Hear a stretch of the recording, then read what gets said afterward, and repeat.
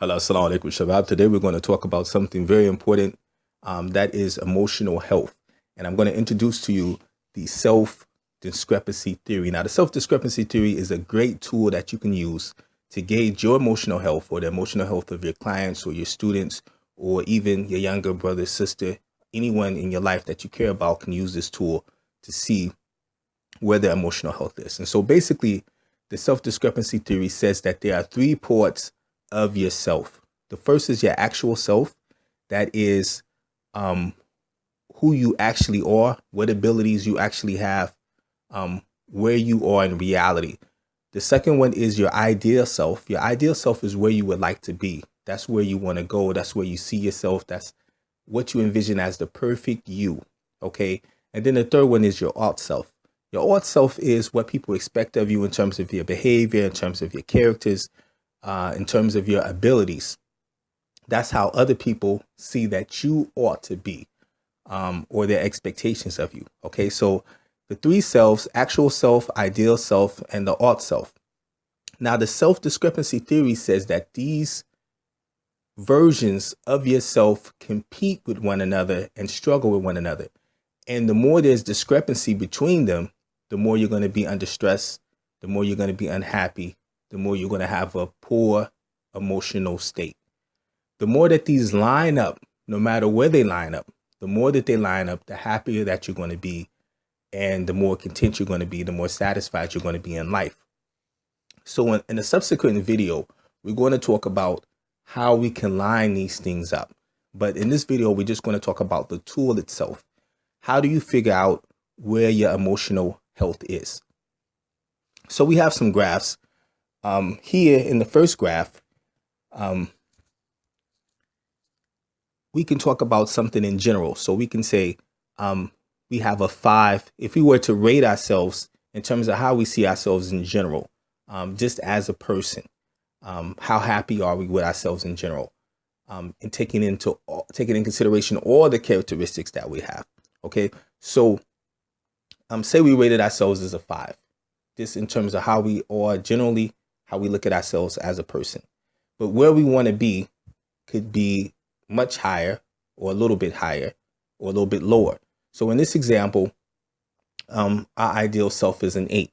Okay, and the 4 is where people see us as. Okay, so this could be a general thing, or it could be a very specific thing. So we can talk about, for instance, education and academics. So if I look at my performance in school, perhaps I'm on a scale of 1 to 10, I'm performing at a level of 5. This is my actual ability. This is actually how I would rate my academic ability on a scale of 1 to 10. Okay, ideally, I'd like to be at an 8. So I like to be getting better grades. I like to be doing better on my homework assignments. I like to be doing better on the tests. So that's my ideal point of where I want to be. Okay. My friends or my parents or my teachers, their expectations of me have gone way down. And so the odd is, for example, a 4, right? So when I look at that, if I wanted to use this tool to calculate where my emotional health is, if you can look at the top, I would subtract the ideal from the actual. So that's 5 minus 8. And I would take the absolute value of that number, right? And that would give me a 3. In the top right corner, you can see also the next step, I'm going to subtract the ought from the idea. So that's going to be 8 minus 4. That's going to give me another 4. And then the last one, I'm going to go the two ends. So I'm going to subtract the ought from the actual, right? And that's going to give me a 1. Okay. So when I add those up, 3, 4, and 1, I'm going to get 8 as an indicator for my emotional health. And then we'll talk about what that 8 means in a few seconds. Let's take another quick example. Look at graph 2. Now, it could be something specific that we're talking about, a specific area that may be causing us stress, or we can rate ourselves generally considering everything about ourselves. It can go either way. We can give any topic for graph 2. Let's say we're talking about beauty, for example. So actually this person is very aesthetically appeasing, right? So the person is very beautiful, has the traditional qualities of beauty for a man or for a woman, right? But the ideal self is actually less than that. And you see that sometimes with, for example, people that have been abused, right? Um, a lady may feel as though she wish she wasn't beautiful because perhaps um, her uncle or her neighbor or whatever, or whoever wouldn't have abused her or would have taken advantage of her. And so she tries to conceal her beauty. She thinks her beauty is a curse. She doesn't like the constant attention of, guys always harassing her or guys always looking at her or always trying to talk to her or whatever. She feels very shy from that. And so a lot of people with self image, they wish that they didn't have those features. And so her ideal self would kind of be someone that kind of just was kind of like in a corner and kind of stood in the shade and didn't really stick out at all, because she sees sticking out is a way of being attacked and something that makes her vulnerable. So some people with this situation or with this condition actually wish that they were less beautiful. So say her idea was a 5. And then, of course, the expectations of the people around her in terms of how she dressed or in terms of what she wore and how she presented herself was actually a 9. So we can see that the actual and the expectations lined up. They expected her to wear, a certain amount of makeup. They expected her to wear a dress. They expected her, you're very beautiful. Why don't you look like it? Why aren't you acting like it? Why aren't you doing this? Why aren't you wearing that? Type of attitude, right? So the actual and the ought actually add up. But since the ideal is so much less, you can see that this causes some stress. Okay. So again, we get an 8. If you look at the right corner for graph 2 with the same method. So you have 9 minus 5. It's going to give you 4. 5 minus 9, the absolute value also 4. And then 9 minus 9, there's no difference there. That'd be 0. And then you'll also get an 8. Okay. Now, the last graph could be something like work performance, right? So your work performance could be actually an 8. Ideally, you see yourself as a 10. You're very goal oriented. You want to push yourself, and there's nothing wrong with that. Traditionally, the idea should be a little bit better than the actual, because you look at this as a drive. But nevertheless, it's going to be a source of some emotional stress. But you want your ideal to be better than your actual, because you want to be pushing yourself to be better.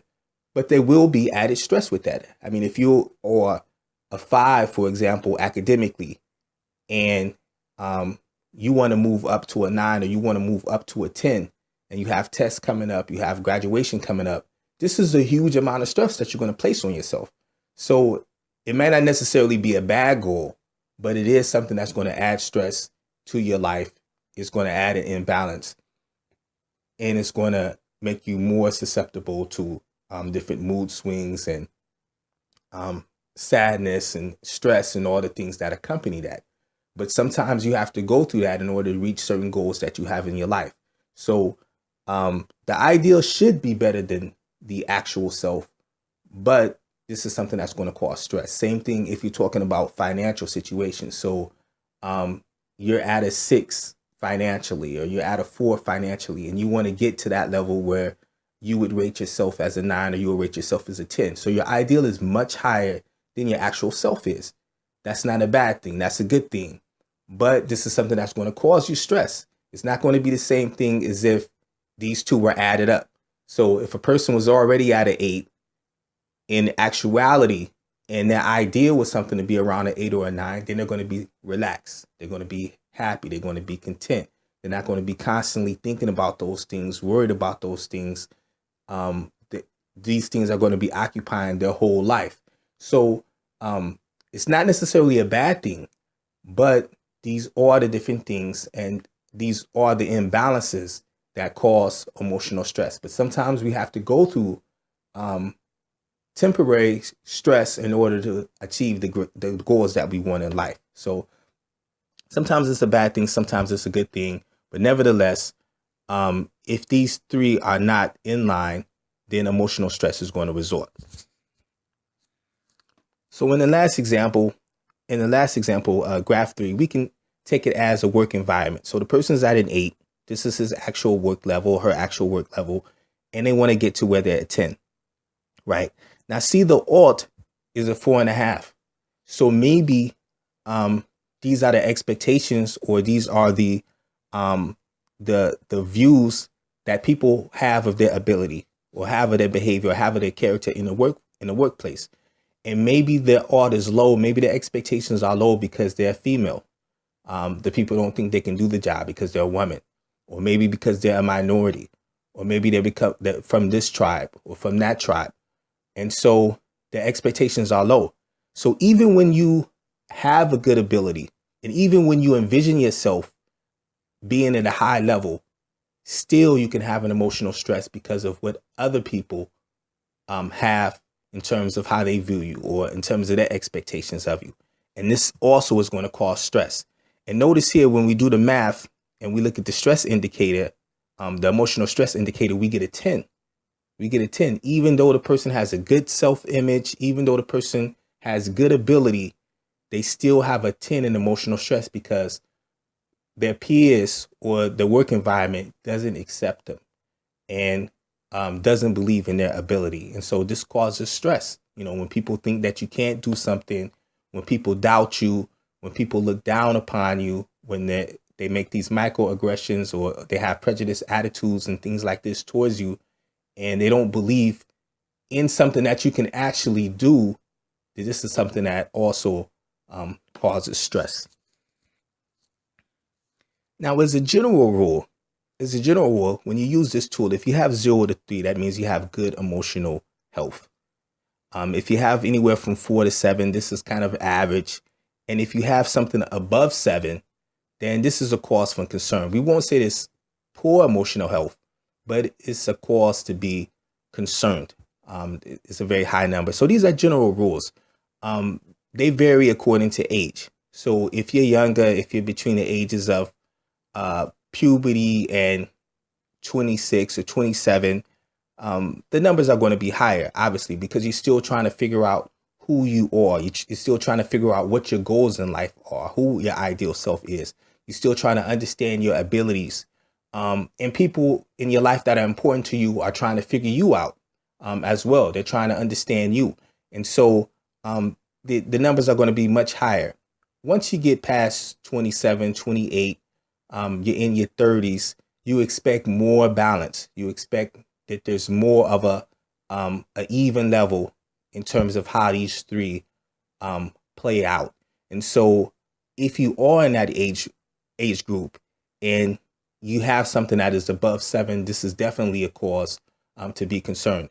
Puberty is a point where you're going through a lot of emotional stress.